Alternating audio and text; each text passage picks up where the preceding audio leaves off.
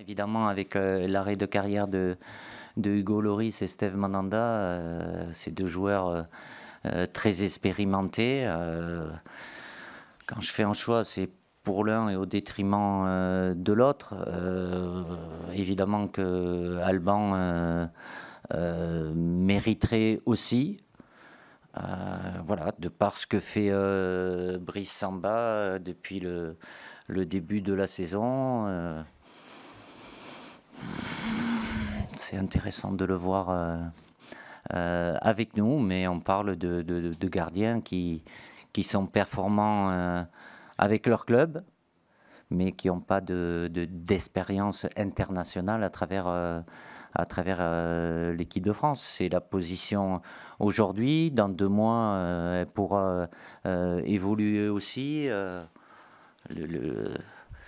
Les critères restent exclusivement, essentiellement, je ne veux pas dire exclusivement, c'est pas le bon mot, essentiellement sportifs, bien évidemment, de par les performances. Après, évidemment, c'est pas le même âge, c'est pas les mêmes parcours, mais de par ce qu'ils sont capables de réaliser dans leur club. Voilà, après, je peux rentrer dans le détail un petit peu pour argumenter le fait que j'ai choisi Brice Samba. Il y a tout qui parle pour lui, ce qui veut peu dire que Alban a des choses qui vont à l'encontre, mais j'ai fait ce choix-là aujourd'hui pour qu'il intègre l'équipe de France et qu'on puisse le voir au quotidien pendant 10 jours. Écoutez, il y en a certains que je retiens possible.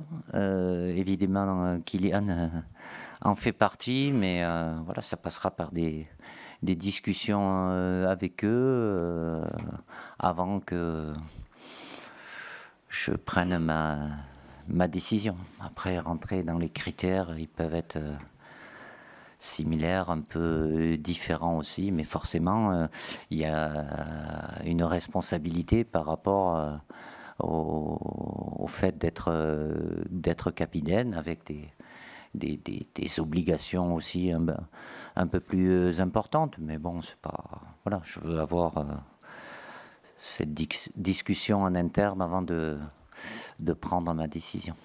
Oui, j'ai déjà beaucoup discuté avant la Coupe du Monde, pendant la Coupe du Monde et après aussi. On va pas revenir, ça appartient déjà au passé aussi, il le sait, moi je sais, donc l'important c'est ce qu'il y a devant, qu'avec son club il maintient un niveau de performance important, lui aussi avec une polyvalence en étant latéral, défenseur central, à 4, à 3, mais là, il le sait bien, comme il le savait avant la Coupe du Monde, c'est d'abord pour un poste de latéral droit. Suite à une de vos dernières interviews, Karim Benzema a posté des messages sur différents réseaux sociaux en vous en passez pour un clown et un menteur, c'est quand même pas commun. Comment est-ce qu'on en est arrivé là, tout simplement ?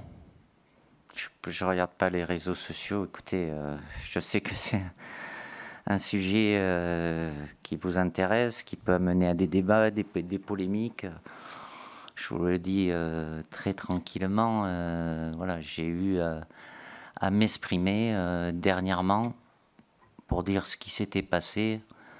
Et voilà, c'est un sujet pour moi qui est clos, qui est derrière. Voilà, je ne vais pas recommenter quoi que ce soit. Après, libre à vous de débattre ou de dire ce que vous voulez. Ça fait partie de votre travail, entre guillemets. Moi, l'important, c'est ce qu'il y a devant nous, c'est l'avenir et ces deux matchs-là qui nous attendent et avec les 23 joueurs que vous connaissez aujourd'hui. Des perturbations, on en a connu, il y en a toujours eu. Je peux vous répéter ce que je viens de dire, je ne vais pas vous en dire plus. Quoi. Vous n'aurez pas un mot de plus de ma part par rapport à ce que j'ai répondu à la première question. Après,